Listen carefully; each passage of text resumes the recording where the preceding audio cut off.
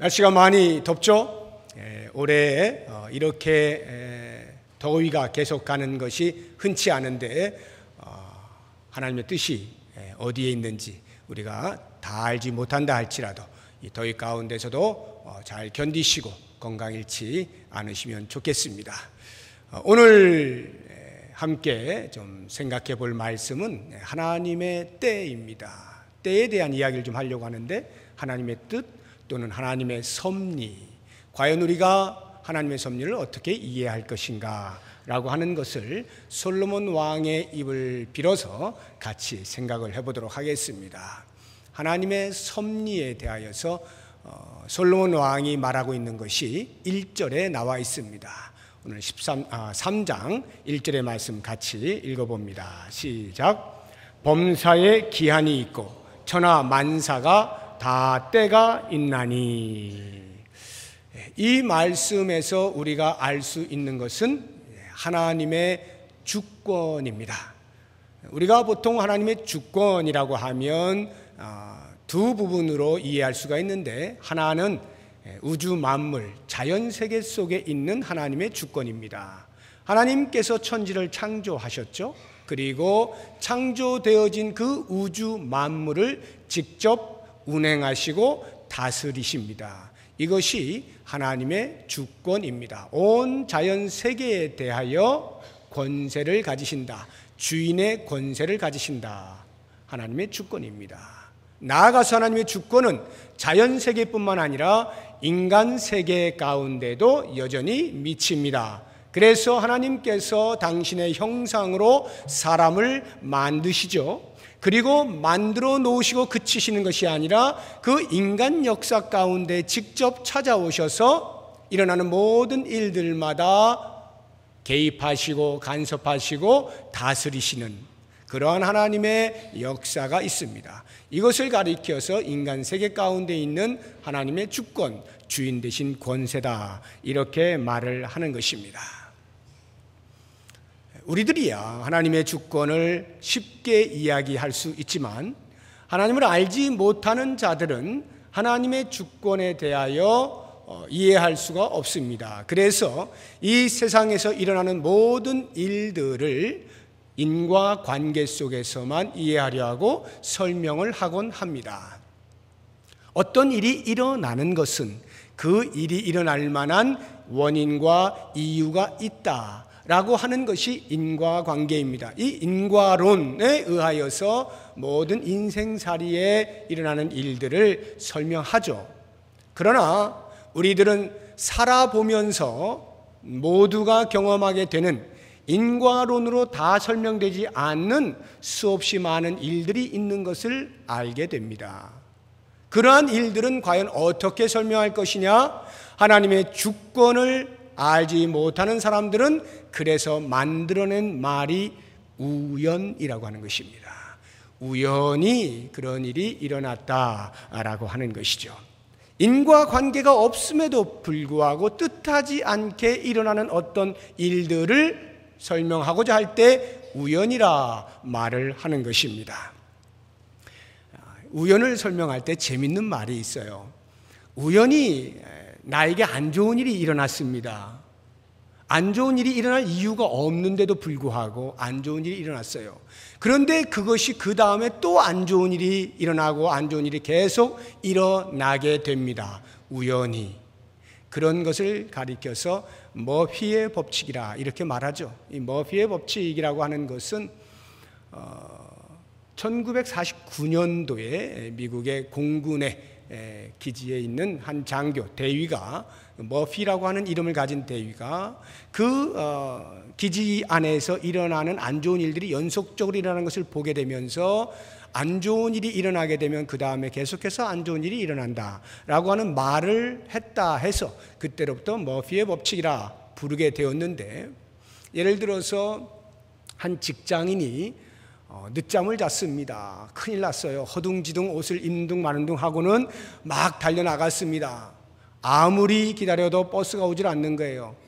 이미 늦었는데 버스마저 안 오니까 얼마나 답답해요. 그러니까 할 수 없이 택시를 탔습니다. 그 비싼 돈 주고 택시를 탔는데 이게 웬일입니까? 가다가 택시가 펑크가 난 거예요. 타이어가 펑크가 났어요. 그래서 그거 고치느라고 수리하다 보니 버스 타고 가는 것보다 더 늦게 도착한 겁니다. 기분이 되게 안 좋았습니다. 도착을 하여서 회사에 들어갔는데 그날따라 평소에는 10시에 나오시는 상사께서 9시 반밖에 안 됐는데 벌써 나와가지고 너 왜 늦게 왔어? 이렇게 해서 꾸지람을 듣게 된 것입니다. 얼마나 기분이 안 좋습니까? 야, 정말 이거 기분이 꿀꿀하다. 이래가지고 커피 한 잔 마시고 사귀어야지 하고는 커피 한 잔 마시려고 하는데 지나가던 동료가 그만 툭 치고 들어가서 그 커피가 옷에 다 쏟아진 겁니다. 아, 뭐 이렇게 이런 일이 다 있어 하고는 하루 종일 기분 안 좋게 근무를 하는 둥 마는 둥 이렇게 지냈습니다. 퇴근할 때가 되어서 도저히 이렇게 집에 가서는 안 되겠다, 좀 풀고 가야지 하고는 동료들하고 술 한잔 해서 이 모든 기분 나쁜 것도 다 풀고, 그리고 새로운 내일을 맞이하려고 했는데 술 한잔 합시다 말하는 사람마다 오늘 나 무슨 일이 있는데, 오늘 나 무슨 일이 있어, 미안해요, 다음에 한잔 합시다.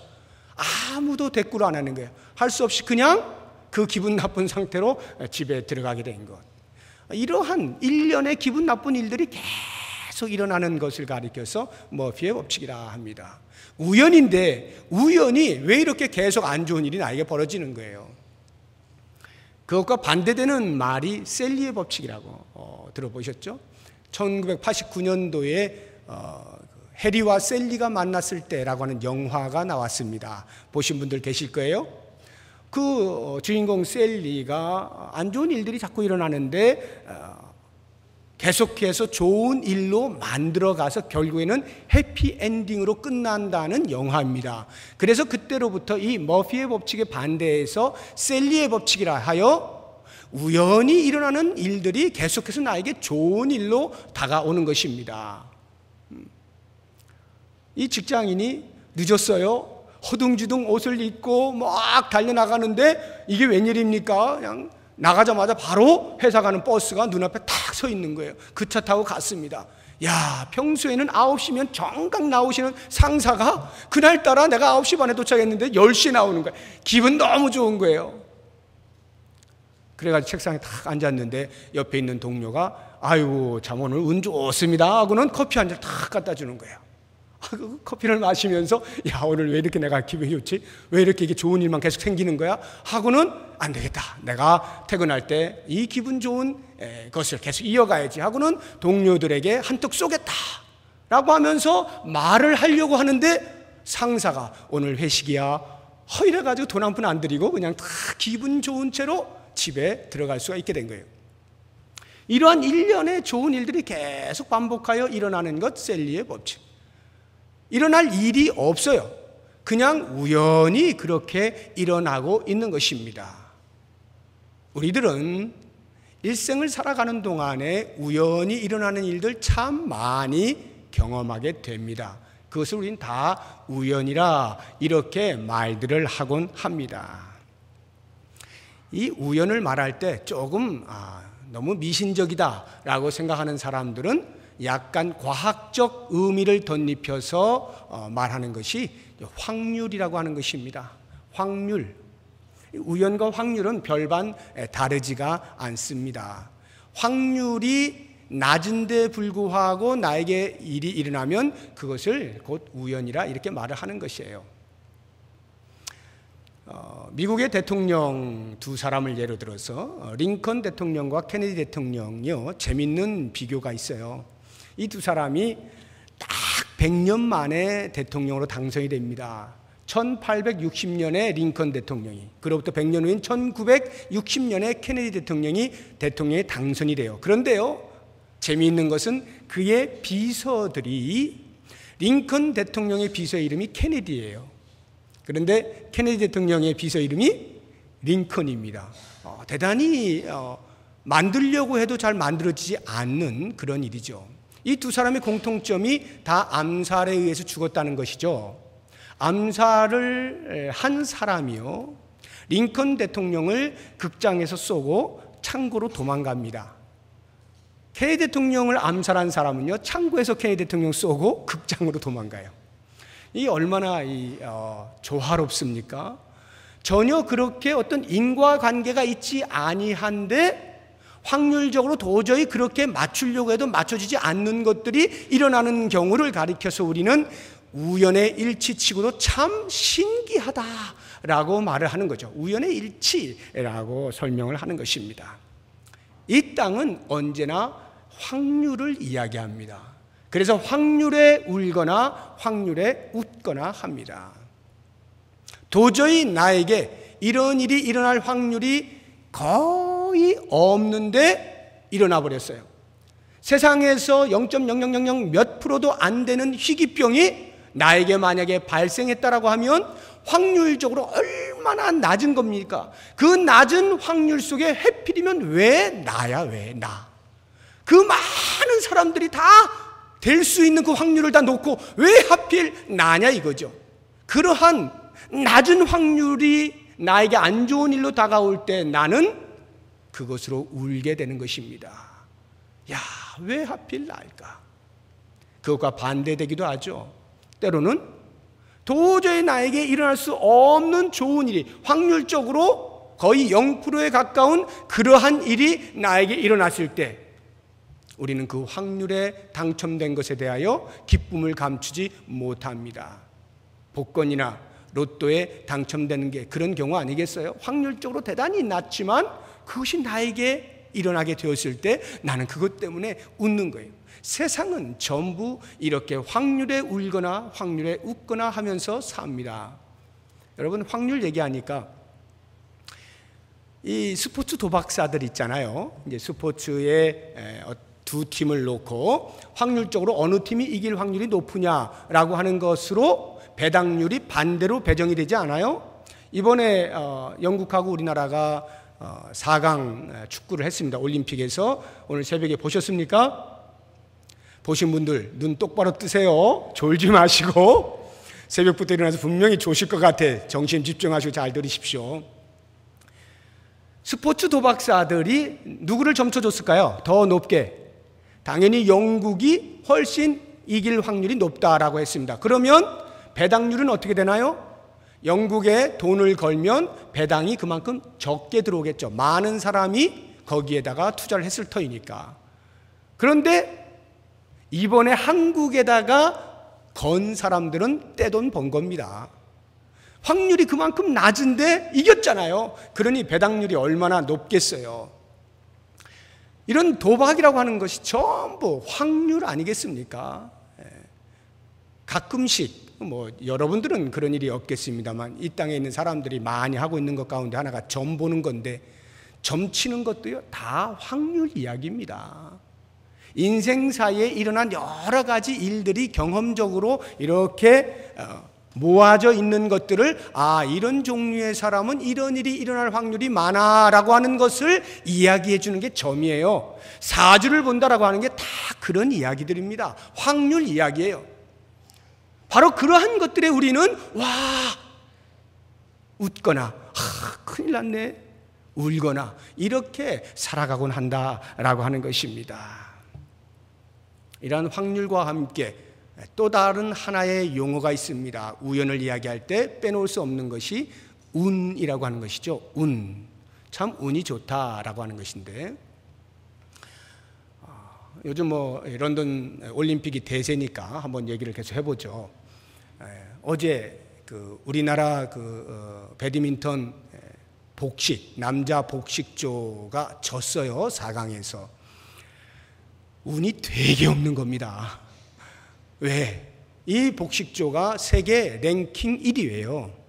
그러니까 그 상대하고 질 수 있는 확률이 굉장히 낮은 겁니다. 거의 이겼다고 봤고 우리는 강력한 금메달 후보라고 이야기를 했습니다. 상대가 덴마크였는데 전체 전적이 그 팀하고 12승 3패예요. 4번 이기고 1번 지고 4번 이기고 1번 지고 한 정도입니다. 여러분 말이 4번 이기고 1번 진 것이 그런 큰 경기에서 그 정도의 확률이면 그냥 거의 체감 온도로는 99% 이긴 거예요. 그런 확신을 가지고 덴마크는 한 수 아래, 전력이 한 수 아래 빨리 가볍게 이기고 결승전에서 중국하고 붙어야지, 이런 생각하고 있었습니다. 그런데 웬걸요, 뚜껑을 열었는데 그만 졌어요. 이랬을 때 전력상, 능력상으로는 분명히 이길 수 있는 것인데 졌을 때 뭐라고 말해요? 운이 안 따라준 거예요. 운이 안 따라줬네 이거. 반대로 덴마크는 대박 터트린 거죠. 그 자리에서 전부 뒤집어졌습니다. 세상에 세계 1위를 이기다니 하고 난리가 났어요. 반면에 우리나라에도 운이 따라준 경기가 있죠. 여자 펜싱 사브르라고 하는 그 종목에서 김지연이라고 하는 선수가 이름도 없이 혜성처럼 등장했습니다. 올림픽에 참가하기 직전까지만 해도 전부 다 그저 그렇고 그런, 참가해서 참 좋은 성적 내주면 좋겠다라고만 여겼던 그러한 선수가 전혀 예상하지 못했던 금을 땄을 때 참 운이 잘 따라준 거죠. 운이 잘 따라준 겁니다. 그렇게 금을 땄어요. 이러한 경우들에 우리는 보통 운이 좋다 또는 운이 없다라고 말을 하는 것입니다. 그런데 인과론을 주장하는 사람들은 이런 운 이야기하는 것을 굉장히 싫어하잖아요. 그래서 그런 운 이야기를 하게 되면 그게 어떻게 운이냐, 그 사람이 4년 동안 수고하고 애쓰고 땀을 흘려 노력한 그 대가로 얻은 것 아니냐라고 일가를 하기도 합니다. 무엇이 되었든지 간에 그것이 인과론이 되었든 아니면 운이 되었든 확률이 되었든 우연이 되었든 좌우지간 이 땅의 사람들은 하나님의 주권에 대하여는 관심이 없어요. 아무튼 그러한 일들이 그냥 그렇게 일어나곤 한다라고 하는 것입니다. 바로 이러한 인생에 대하여 솔로몬이 결정적 한 방을 먹이는 것입니다. 그것이 오늘 1절의 말씀인 거예요. 우연은 없다. 운과 확률이라고 하는 것이 이 땅에 존재하는 것이 아니라 하나님께서 우리의 인생사를 주관하시는 것이다 라고 말하는 것이 범사의 기한이 있고 천하 만사가 다 때가 있다 라는 말의 의미인 것입니다. 내가 예수를 믿게 되어진 것이 우연히 내가 신발 가게에 들어갔는데 거기서 하필이면 신발 살 생각을 안 하고 테이프에 틀어져 나오는 찬송가 듣다가 가슴이 뭉클해져 가지고 야 이게 뭐지 하고는 그 주인에게 말을 걸어 가지고 하다 보니 예수님 이야기를 하고 그 갑자기 교회를 가고 싶게 되어지고 교회를 나왔더니 목사님이 설교를 하는데 마치 나 들으라고 하는 것 같은 그런 말씀을 하시더라. 갑자기 가슴이 뜨거워지면서 나도 모르게 예수님 잘못했습니다 용서해 주세요 하고는 예수님을 나의 인생의 주인으로 모시게 되었다.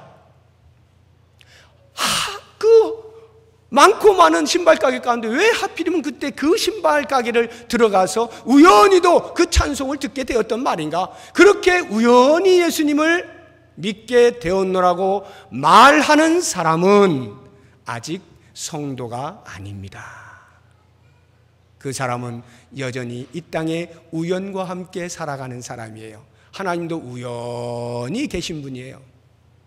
그러나 인생의 주인 되신 하나님을 정확하게 만난 사람, 모든 인생의 주인이 예수 그리스도임을 고백하는 성도는 전에는 그렇게 생각했을지라도 이제 성도된 자로서 이것이 하나님의 섭리였다라고 고백하지 않을 수가 없는 것입니다.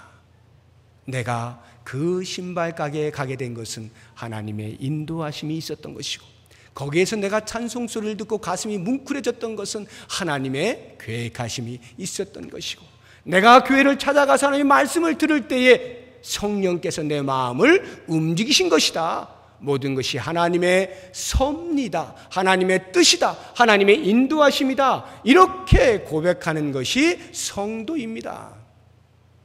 1%의 확률도 되지 아니하는 희귀병에 걸려있는 내가 수술을 받았는데 살아났습니다. 치료가 되었어요. 그때 야 정말 나는 행운아야. 진짜 운 좋아 라고 말하는 사람은 아직 성도가 아닙니다. 비록 확률적으로는 1%도 안 되는 그 확률 속에서 살아났다 할지라도 그것이 하나님의 은혜로 되어진 것임을 고백하는 자, 하나님의 섭리를 말하는 사람이 성도입니다. 그래서 성도는 그렇게 고침받았을 때 하나님께서 살려주셨습니다 라고 말을 합니다. 내가 생각해도 이해가 안 될 만큼 일이 너무 잘 풀려요. 다른 사람들 다 힘들다고 하는데 왜 이렇게 사업이 잘 되는지, 그럴 때 내가 잠 안 자고 이렇게 노력하니까 이렇게 되었구나 라고 말하는 것은 아직 하나님을 인생의 주인으로 알지 못하는 자입니다. 나 같은 자가 이렇게 복을 받게 되는 것은 하나님의 은혜가 아니면 설명할 수 없다라고 말하는 것이 성도입니다. 사랑하는 여러분, 나는 과연 성도인가? 나는 신자인가? 라고 자문하게 될 때 단지 제가 말씀드리는 것이 인생에 일어나는 모든 일들, 우연히 일어나거나 어떠한 원인에 의해서 결과가 발생하는 것인데, 내가 지금 신앙생활을 하니까 신앙인으로서 신앙인의 말하는 색깔에 맞게 하나님이 하셨어요, 하나님이 해주신 거예요 라고 옷만 입혀 말하는 것이 아니라는 것을 아셔야 됩니다. 하나님이 살아계시고 인생을 직접 운행해 가시는, 인생의 역사 속의 주인이 되시는 그 하나님을 인식하는 것입니다. 사실을 볼 수 있는 것입니다. 이것이 성도예요. 그렇게 나오는 고백이 하나님이 하셨습니다, 하나님의 뜻입니다 라고 말하는 것입니다. 그러므로 사랑하는 성도 여러분, 이렇게 하나님의 주권을 이야기할 때 우리가 조심해야 되는 것 한 가지는, 그래서 그 하나님의 주권을 마치 운명론과 착각을 하시면 안 됩니다. 결정론과 착각을 하시면 안 돼요. 인생은 다 결정되어져 있는 거야. 운명적으로 난 그렇게 타고났어. 어쩔 수 없이 나는 그렇게 살 수밖에 없는 거야. 하나님의 주권을 운명론으로 착각하시면 안 되는 것입니다. 하나님의 주권은 철저하게 하나님이 우리에게 부여하신 인간의 자유의지를 존중하셔요. 왜? 우리 인간들을 하나님의 형상, 당신의 형상대로 지으셨기 때문에 그 부여된 자유의지를 하나님께서 존중하실 수밖에 없는 거예요. 그러므로 하나님의 주권을 말할 때에는 이 인간의 자유의지가 무시되어진 로봇과 같은 운명적으로 살아가는 삶이 아니라 그 모든 인간의 자유의지를 보듬어 안으시는 더 큰 틀에서 이해를 하시면 틀림이 없는 것입니다. 인간의 자유의지를 보듬어 안고 운행해 가시는 하나님의 주권입니다. 그렇기 때문에 이 하나님의 주권을 도용하여서 나의 책임을 전가하는 데에 사용하시면 안 됩니다. 내 모든 행위에 대하여 합리화를 위한 도피성으로 하나님의 주권을 사용해서는 안 돼요. 그것을 하고 있는 아주 잘못된 종교 가운데 하나가 이슬람입니다. 중동 지방에 많이 퍼져 있는 이슬람, 그 이슬람에 가게 되면, 그 중동 지방에 가면 제일 많이 들을 수 있는 말 중에 하나가 인샬라라고 하는 말입니다. 인샬라, 그게 무슨 말이냐면 주님의 뜻이라면, 주님이 원하시면, 하나님의 뜻대로, 그들은 알라를 섬기니까 알라의 뜻이면, 이런 뜻이에요. 이 인샬라가 그들의 모든 삶을 다 이야기해 줍니다. 그래서 세계 가운데 두려움으로 등장하고 있는 그 테러, 이러한 테러들도 전부 다 그들은 인샬라로 통해요.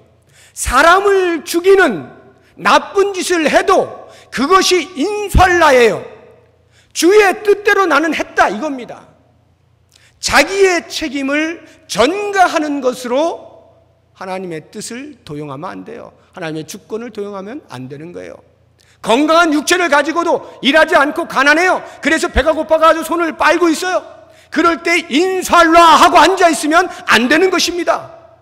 하나님의 주권은 우리들에게 그런 것을 가르치는 것이 아니에요.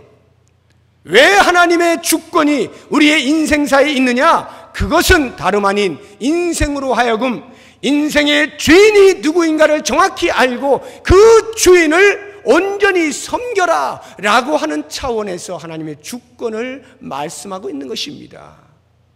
그러므로 하나님의 주권을 인정하는 성도는 반드시 그 삶에서 하나님을 경외함으로 반응을 해야 됩니다. 14절 말씀 보시기 바랍니다.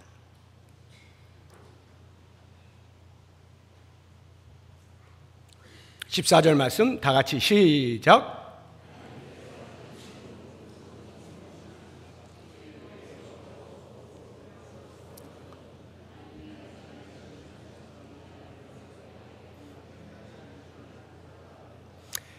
하나님께서 행하시는 모든 것은 영원히 있습니다.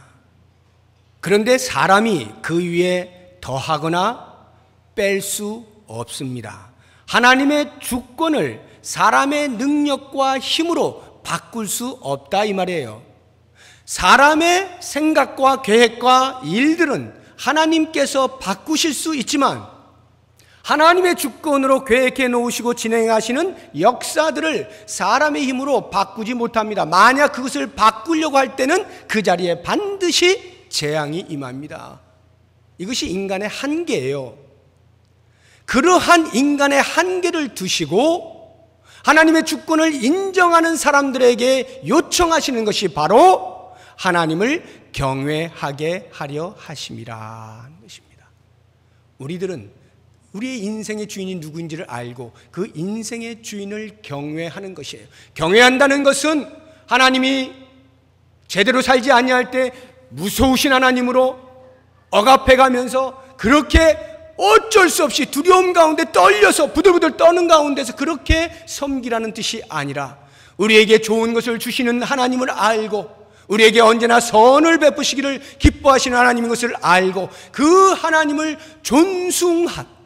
존숭하라는 그러한 차원에서의 경외, 하나님을 섬기는 것입니다. 우리가 하나님을 경외하는 가장 두드러진 행동 가운데 하나가 무엇입니까? 무엇보다도 가장 기본을 이루고 있는 것이 예배라고 하겠습니다. 우리가 왜 예배합니까? 하나님을 경외하는 행위죠. 예배를 통해서 하나님의 영광을 받으시라는 것입니다. 하나님의 이름이 높아지기 위하여 우리가 예배를 드리고 있는 거예요. 살아계신 하나님, 우리에게 날마다 은총을 베풀어 주셔서 감사합니다. 영광 받으십시오. 나의 예배 행위를 통하여 하나님께서 기뻐하십시오. 이것이 예배잖아요. 그렇다면 이 예배가 과연 성도에게 있어서는 무엇으로 다가와야 됩니까? 하나님의 주권을 인정하는 성도에게 있어서 가장 집중하고 이 예배 가운데 터져나오는 감격으로 하나님을 향하여 노래하는 자리, 거기가 이 예배의 자리예요. 찬송을 할 때 마치 내가 하나님 앞에 견딜 수 없는 뜨거운 감격과 감정을 가지고 솔로를 하듯이, 노래하듯이, 시를 읊듯이 하나님을 존숭하는 그러한 중심으로 부르는 거예요. 그러한 자들이 모여서 찬송의 소리가 울려 퍼질 때 이 예배당이 어마어마해지는 겁니다. 하나님의 영광이 그 가운데 가득한 것을 우리가 보게 되는 거예요. 어떠한 프로그램과 진행으로서가 아니라 한 사람의 하나님을 향한 경외의 마음을 가질 때 그 예배가 살아있는 거예요. 이 시간 우리가 하나님을 향하여 하나님, 내 인생의 주인이십니다. 저의 이 예배를 받으십시오. 저의 찬송을 받으십시오. 제가 온 몸과 마음을 다하여 올려드립니다. 하나님을 기쁘시게 하는 일에 쓰임받고 싶습니다. 이러한 중심으로 우리가 예배를 드릴 때 이 예배당이 하나님의 영광으로 가득 차는 것을 목도하게 되는 거예요. 이렇게 예배하는 자가 일상의 삶 가운데 나아갔을 때 그 받은 은혜를 따라서 하나님의 이름에 먹칠하지 아니하는, 망령된 행위를 하지 아니하는 거룩한 삶을 살아드림으로 하나님을 경외하게 되는 것입니다. 우리의 생각하는 것과 말하는 것과 행동하는 것에서 하나님을 예배하는 자로, 하나님을 경외하는 자로, 하나님을 기쁘시게 하는 자로 살아드리게 되는 거예요. 이것이 하나님의 섭리를 이해한 자, 하나님의 주권을 인식하고 인정하는 자의 마땅한 삶의 모습인 것입니다. 이제 이 1절에 담겨 있는 또 하나의 다른 뜻을 보자고 하면 범사의 기한이 있고 천하만사가 다 때가 있다라고 하는 이 말 속에는 모든 일에는 그냥 일어나는 일이 없고 다 목적을 가지고 일어난다라고 하는 말씀의 의미가 담겨 있어요. 이 개역개정 성경이 나오기 전에 개역판 성경을 보시게 되면 1절이 이렇게 번역이 되어 있습니다. 천하의 범사가 기한이 있고 모든 목적이 이룰 때가 있나니. 저는 이 번역이 좀 더 나은 것 같아요. 이 땅에 일어나고 있는 수없이 많은 일들은 다 그냥 일어나는 것은 없다 이 말이에요. 전부 목적을 가지고 있다는 것인데 그 2절부터 8절까지 나오는 그 말들 있죠. 날 때가 있고 죽을 때가 있으며 심을 때가 있고 심은 것을 뽑을 때가 있으며 죽일 때가 있고 치료할 때가 있으며 헐 때가 있고 세울 때가 있으며 울 때가 있고 웃을 때가 있고 슬퍼할 때가 있고 춤출 때가 있고 이 때들을 쭉 보시게 되면 전부 이 두 개가 쌍을 이루고 있습니다. 대조되는 것들입니다. 그리고 한쪽에 14개 또 다른 한쪽에 14개 총 28가지가 나와 있어요. 인생살이가 28가지로 고정되지는 않겠죠.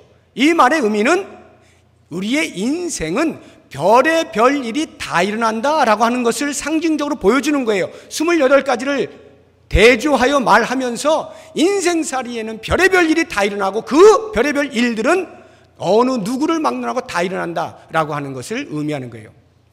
제가 오늘 찬양대와 함께 이렇게 예배실에 이렇게 올라오려고 하는데 한 권사님이 그래요. 날씨가 굉장히 덥잖아요. 목사님은 안 더우시죠? 그래서 제가 순간 이게 무슨 뜻인가? 가서 목사님은 안 더우시죠? 이게 시원한 데 늘 있으시죠? 이 뜻인가? 아니면은 목사님은 은혜가 충만하니까 더워도 더운 줄 모르시죠? 이 뜻인가? 순간적으로 막 생각하다가 옆에 있는 한 분이 아유 목사님은 뭐 은혜가 충만하시니까 뭐 더운 줄도 모르실 거야 이러시더라. 그래서 이게 그 뜻이구나. 여러분 제가 더울까요? 안 더울까요? 여러분 몰래 제가 선풍기까지 뒤에 틀어놓고 있습니다. 지금 굉장히 더위를 제가 잘 타요. 목사라고 해서 은혜가 충만하다고 해서 더위를 모르고 추위를 모릅니까? 똑같아요. 모든 인생에 슬픈 일과 즐거운 일이, 웃을 일과 울 일이, 슬픈 일과 춤출 일이 언제나 일어나요. 어느 누구도 예외 없습니다. 다 일어난다. 그러면 그렇게 일어나고 있는 만사 일어나고 있는 일들 가운데에서 과연 우리들은 어떻게 그 일어나는 일들마다 사건들마다 이해를 할 것이냐라고 하는 것이 매우 중요한데 그 안에 목적이 담겨 있는 것을 우리로 하여금 인식하게 만드는 것이 오늘 솔로몬의 이야기인 것입니다. 그러므로 여러분 우선은 나에게 언제나 좋은 일만 일어났으면 좋겠다라고 하는 생각을 굳이 안 하셔도 돼요. 굳이 안 하셔도 됩니다. 좋은 일만 일어났으면 좋겠다라고 생각하면 좋은 일만 일어난다라고 말하는 사람들 있잖아요. 긍정의 힘을 믿어라. 그렇지 않다니까요. 암만 내가 좋은 일만 일어나라 체면 걸어도요 나쁜 일 일어날 수 있다는 것이 솔로몬의 이야기예요. 죽일 때가 있고 치료할 때가 있는 거예요. 울 때가 있고 웃을 때가 있어요. 모든 사람의 그런 일들이 일어나요. 그러면 그런 일들이 일어날 때 과연 내가 어떻게 살 것이냐라고 하면 먼저 긍정적인 일들을 한번 보세요. 나에게 좋은 일이 자꾸 일어나요. 긍정적인 일들이 일어나요. 그때 어떻게 해야 되는가? 그 속에 하나님의 목적이 담겨 있는 것을 깨달아야 돼요. 하나님의 목적이 있다면 그 긍정적인 일들이 일어나게 될 때에 절대로 교만해지지 않습니다. 아주 지극히 겸손하게 하나님 어찌 나 같은 자에게 이런 은혜를 베푸십니까? 겸손히 감사를 표현하게 되어 있어요. 하나님 고맙습니다. 하나님 감사합니다. 저에게 이런 복을 주시다니요. 감사하게 되어 있어요. 그리고 그 다음에 감사로 끝나는 것이 아니라 잘 될 때 미래를 준비합니다. 어떤 미래요? 잘 될 때 나는 끝까지 잘 될 거야가 아니라 언젠가 또 내가 수렁에 빠질 때가 있을런지 모르는데 잘 될 때 그것을 준비하라고 하나님께서 목적을 심어 놓으셨다 이 말이에요. 미래를 준비할 줄 아는 사람. 대표적인 사람이 요셉 아닙니까? 요셉이 7년 동안의 풍년이 들었을 때에 잘 먹고 잘 살고 흥청망청, 와, 우리나라는 이제 계속해서 이렇게 살 거야. 그렇게 살지 않았어요. 그 후에 있을 흉년에 대비하여 철저하게 곡식들을 비축하며 지혜롭게 그렇게 미래를 준비하지 않습니까? 잘 되시는 분 계십니까? 혹시 내가 잘 안 될 때를 대비하십시오. 미래를 준비하십시오. 그리고 나아가서 선을 행하시기 바랍니다. 선을 행하세요. 내 주머니에 무엇인가 조금 있습니까? 내 손에 들어오는 것이 있습니까? 왜 남들이 누리지 못하는 것들을 내가 누리는가? 그때에는 하나님께서 나에게 선을 행하라고 주시는 사인인 줄로 아십시오. 12절 보시기 바랍니다. 12절 다 같이 읽습니다. 시작. 사람들이 사는 동안에 기뻐하며 선을 행하는 것보다 더 나은 것이 없는 줄을 내가 알았고. 선을 행하라는 사인이에요. 내게 물질이 있습니까? 내가 건강합니까? 내가 재능이 있습니까? 은사가 있습니까? 능력이 있습니까? 그것으로 움켜쥐고 나만 좋아라 하는 것이 아니라 손을 펼쳐서 나의 도움을 필요로 하는 자들에게 나누는 선을 행하는 것이 하나님께서 나에게 잘 되게 하시는 목적입니다. 그 목적을 볼 줄 알아야 되는 거예요. 하나님의 섭리를 이해할 수 있어야 돼요. 그래야 잘 될 때 그것으로 내 미래가 계속해서 안 좋은 쪽으로 가지 아니하고 준비되어져서 하나님의 뜻을 이루어드린 일에 쓰임받을 수가 있게 되는 거예요. 솔로몬이 그것을 못한 거예요. 그래서 가슴을 쳐가면서 하는 말이에요. 얼마나 솔로몬이 복을 많이 받았어요. 지혜도 전무후무한 지혜를 받았죠. 부귀영화도 전무후무한 부귀영화를 누리죠. 아내라고 합법적으로 1000명이나 되죠. 누릴 수 있는 쾌락들 다 누리죠. 얼마나 세상적으로 보면 큰 축복을 받았습니까? 그런데 그렇게 잘 될 때 그가 미래를 준비하지 못한 거예요. 그저 자기의 누릴 수 있는 것들을 다 누리고 살다가 하나님을 멀리하고 계속해서 이방 신상들을 받아들이고 백성들에게 그것을 섬기도록 허용하고 장려하는 그런 안타까운 일들이 일어나게 되죠. 그러면서 솔로몬의 그 다음 때가 어떻게 됩니까?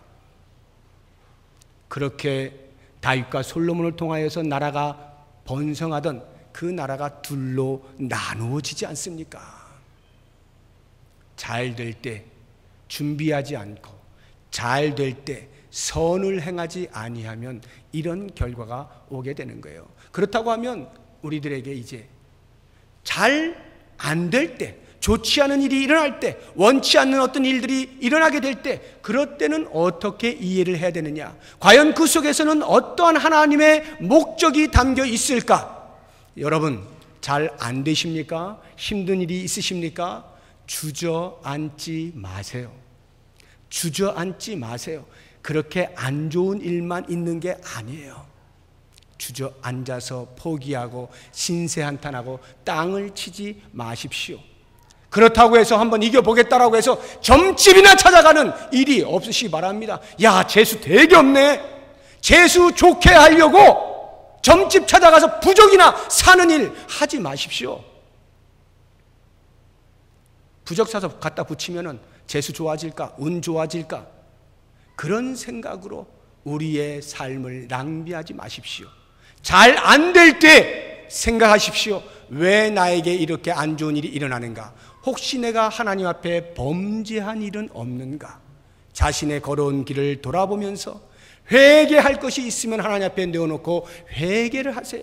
그리고 하나님 앞에 깨끗한 양심으로 다시 서서 온전한 관계를 맺으십시오. 하나님께서 그것을 위하여 주시는 사인일 수가 있어요. 만약 그것이 아니라고 한다면 하나님께서 나에게 나의 믿음을 더 견고하게 하시기 위한 연단으로 주시는 경우도 있습니다.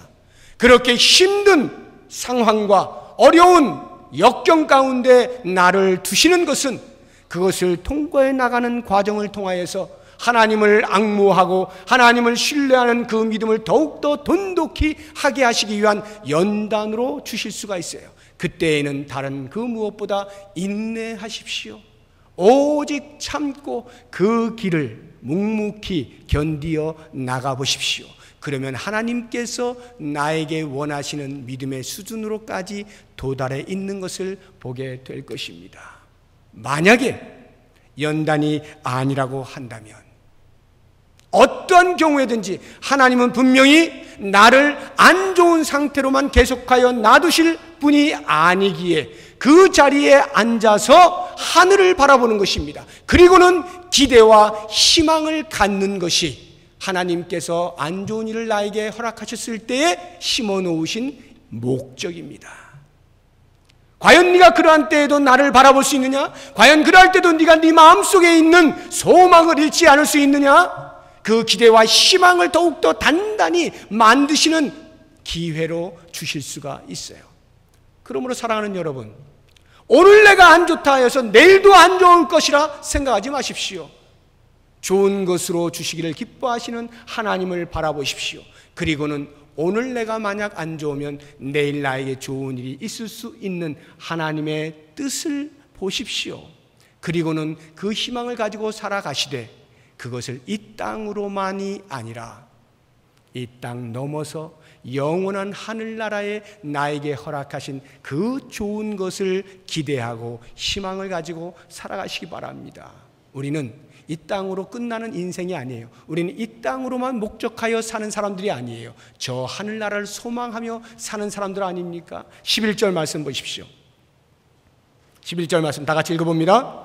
하나님이 모든 것을 지으시되 때를 따라 아름답게 하셨고 또 사람들에게는 영원을 사모하는 마음을 주셨느니라. 그러나 하나님이 하시는 일의 시종을 사람으로 측량할 수 없게 하셨도다. 하나님이 우리의 마음에 영원을 심어두셨어요. 영원을 심어두셨어요. 그래서 그 영원을 바라볼 수 있도록 하셨습니다. 우리가 이 땅을 사는 동안에 어떠한 경우에도 그것이 끝이 아닌 것을 기억하십시오. 그리고는 그 영원을 사모하면서 살아가십시오. 그것이 하나님의 섭리를 이해하는 성도의 삶에 마땅한 반응인 것입니다. 사랑하는 여러분, 인생의 성공자가 되고 싶으십니까? 하나님의 섭리를 이해하시고 그 섭리를 따라 살아가게 될 때 그것이 때론 나에게 안 좋은 일로 때론 좋은 일로 다가온다 할지라도 그것과 관계없이 궁극적으로는 그 인생이 하나님 앞에 성공자인 것을 기억하시고 모두가 하나님 앞에서 성공하는 삶을 사시기를 주의 이름으로 축복합니다. 기도하겠습니다. 하나님 고맙습니다. 미련하고 둔한 우리들을 구원하셔서 인생의 주인이 누구인가를 깨달을 수 있게 하여 주시니 감사합니다. 그 인생의 주인을 온전히 경외하며 살아갈 수 있는 복을 주시니 감사합니다. 우리에게 일어나는 모든 일들이 하나님의 목적 없이 일어나는 것이 없는 것을 알고 좋은 일이 있든지 나쁜 일이 있든지 어떠한 경우에도 그 하나님의 목적을 헤아려서 목적을 따라 신실하게 살아드림으로 인생의 성공자가 될 수 있도록 축복하여 주시옵소서. 예수님의 이름으로 기도드립니다. 아멘.